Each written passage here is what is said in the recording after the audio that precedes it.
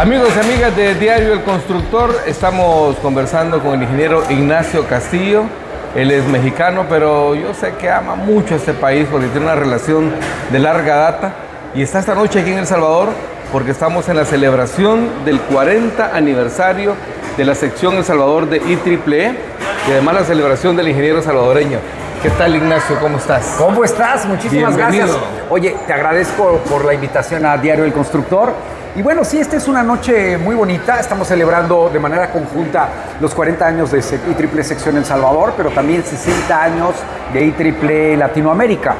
Entonces, bueno, es muy interesante. Pero bueno, evidentemente me estarán preguntando o estamos retomando el tema de, oye, ¿y qué es IEEE? Bueno, resulta que después de que hablamos de la Segunda Revolución Industrial, 1750 se desarrolla pues el telégrafo, el internet de aquel entonces, la energía eléctrica de aquel momento, y por ahí va avanzando 1750, 1800, 1850, y tenemos por ahí 1884. Teníamos por ahí a Edison, Tesla y estas personalidades iluminarias totalmente, que empezaron a plantear cuestiones del tipo más teórico al aplicativo. Bueno, y entonces 1884 es cuando se genera el IEA, o sea, como ahora es IEEE, es IEA, que es el American Institute of Electrical Engineers, el Instituto Americano de Ingenieros Eléctricos Electrónicos.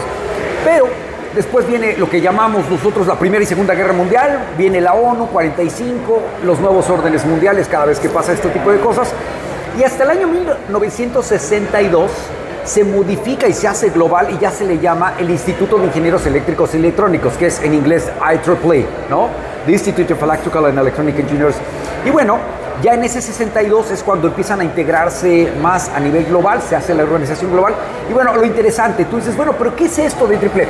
Cada vez que nosotros utilizamos Wi-Fi, todo el mundo ya ve el símbolo de Wi-Fi, el de Bluetooth, que se hizo súper famoso ahorita con Nolan, ¿no?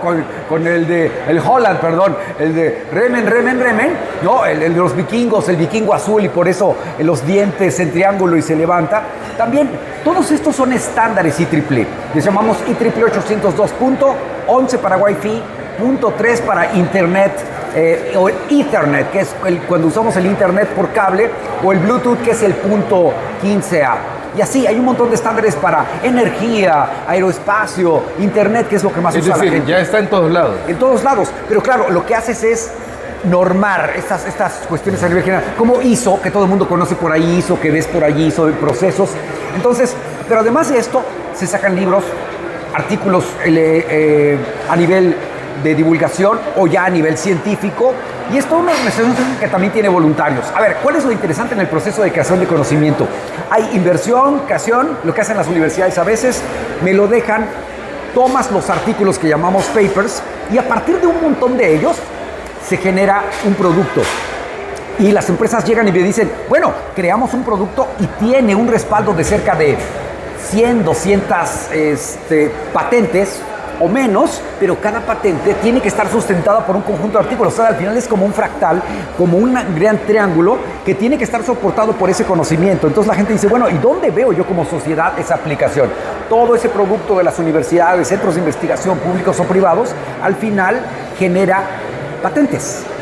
Y las patentes después son tomadas para hacer realidad un producto determinado. Y llevarlo al mundo a la gente. Y fíjate que, bueno, quisiera yo comentar otro aspecto que es sumamente interesante.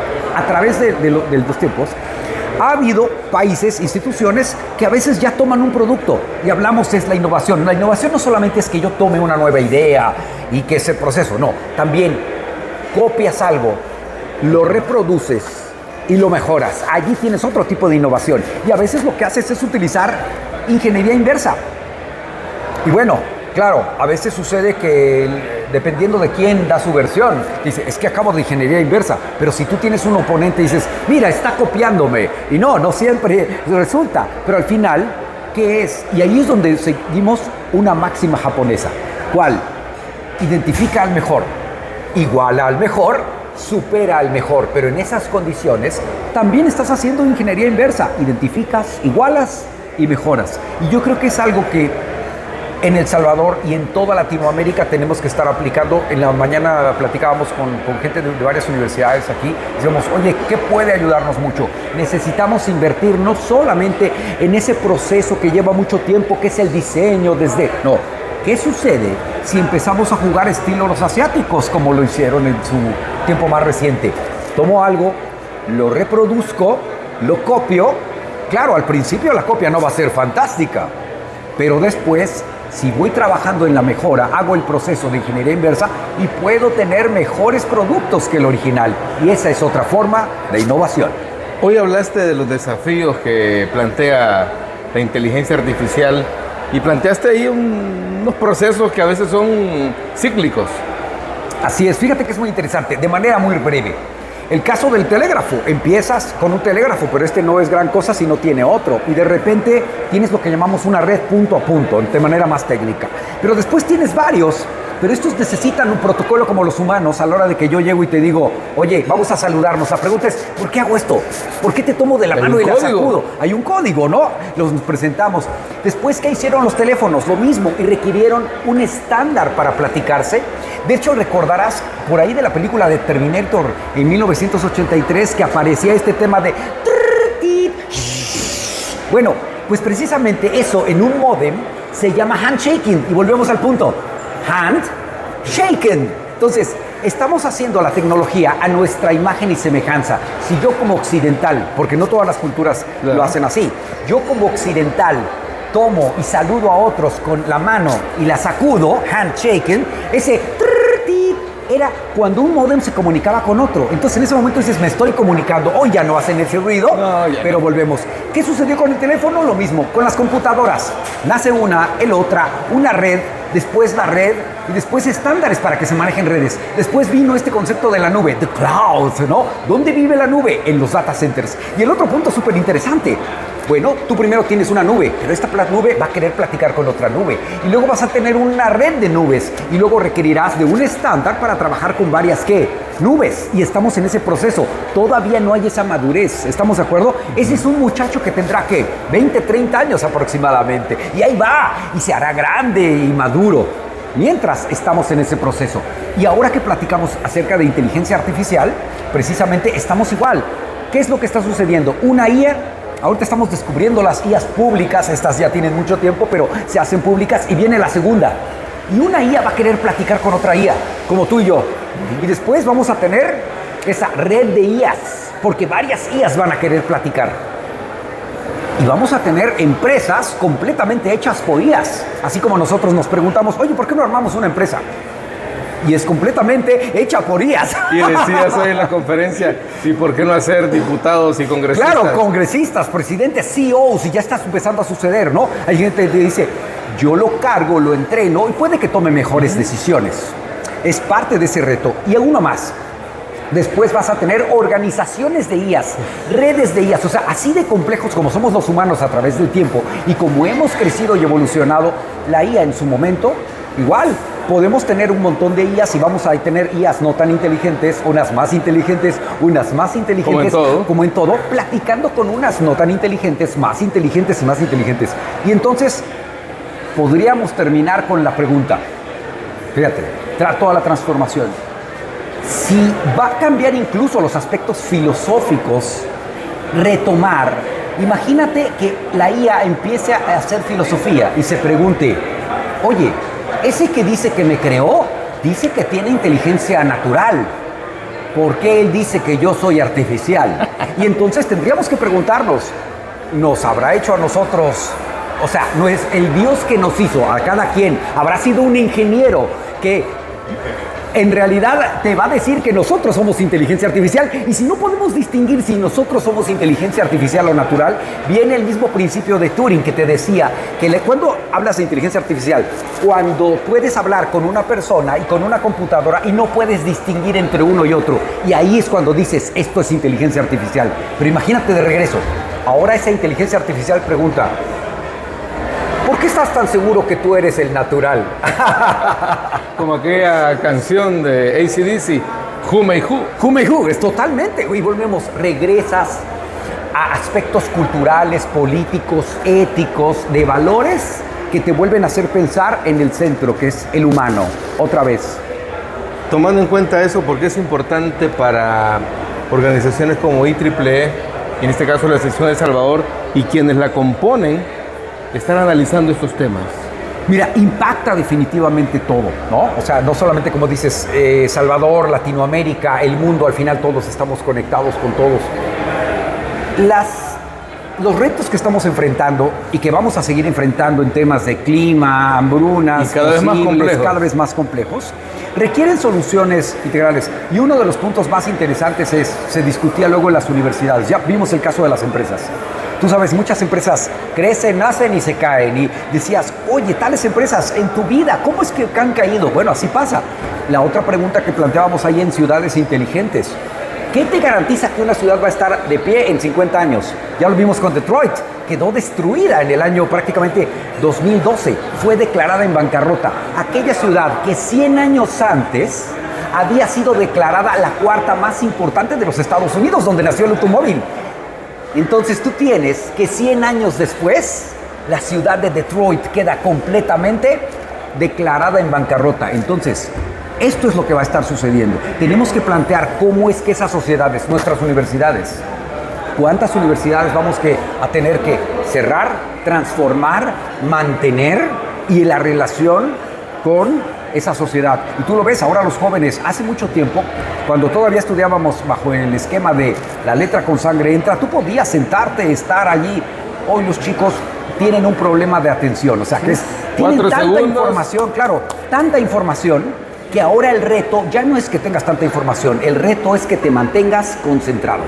Ese es el mayor de los retos, que yo pueda. Pero fíjate que también pasa con los profesores y con los comunicadores. Ahora tienes que ser multifacético desde el punto de vista de que tú tienes que centrar la atención en las personas, tener el ángel, la habilidad para poder... Es el bien más preciado. Claro, el más preciado. O sea, ya no es tanto el contenido, es cómo lo presentas. Y claro, después de eso hay que ver quién lo presenta, que además el contenido tenga la calidad adecuada, el mensaje. Entonces, toda esta transformación que dices está impactando cómo educamos a nuestros hijos, nos reeducamos nosotros mismos, nos hace repensar incluso la propia sociedad, el uso de recursos que no son infinitos, que eso es, o sea, digamos que la única mala noticia de todo es que no son infinitos los recursos, y ahí es cuando empiezan las diferencias. Entonces, ¿qué hacen al final las organizaciones?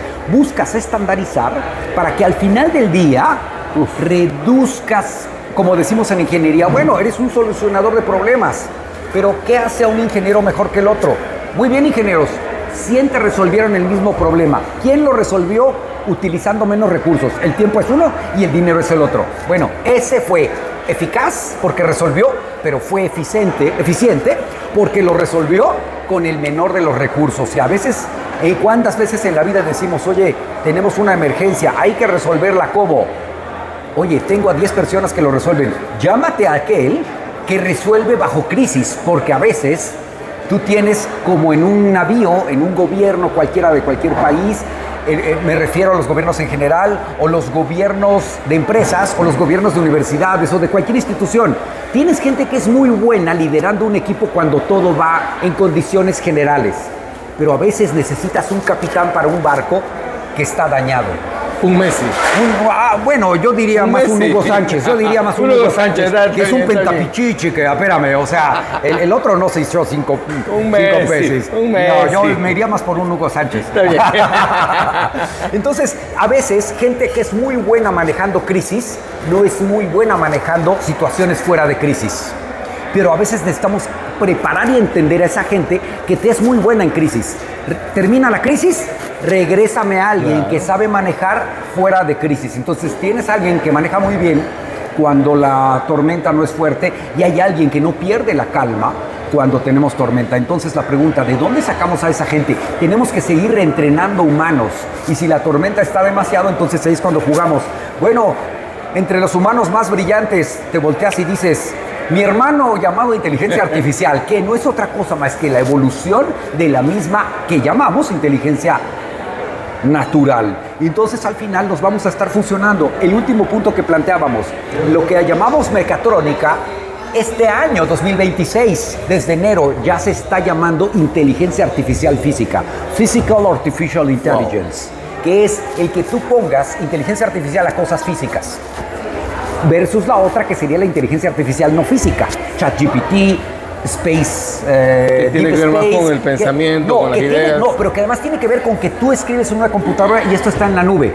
Y el otro es una que no va a consultar la nube necesariamente, que se la pones a un equipo y él va a empezar a jugar tal y como los humanos, en términos de sus sensores, que cada vez son más finos, y él va a ir aprendiendo. Y ya medio está, en ese sentido, hay ocasiones en las que se dice, oye, en China ya hay ciudades donde ya está por ahí, o en Corea, en Songdo, que es una ciudad inteligente, y vas a avanzar. Bueno, puede que estos países en ciertas regiones te digan, mira, yo acabo de ir, vi y regresé. Y el otro dice, oye, acabo de regresar del futuro.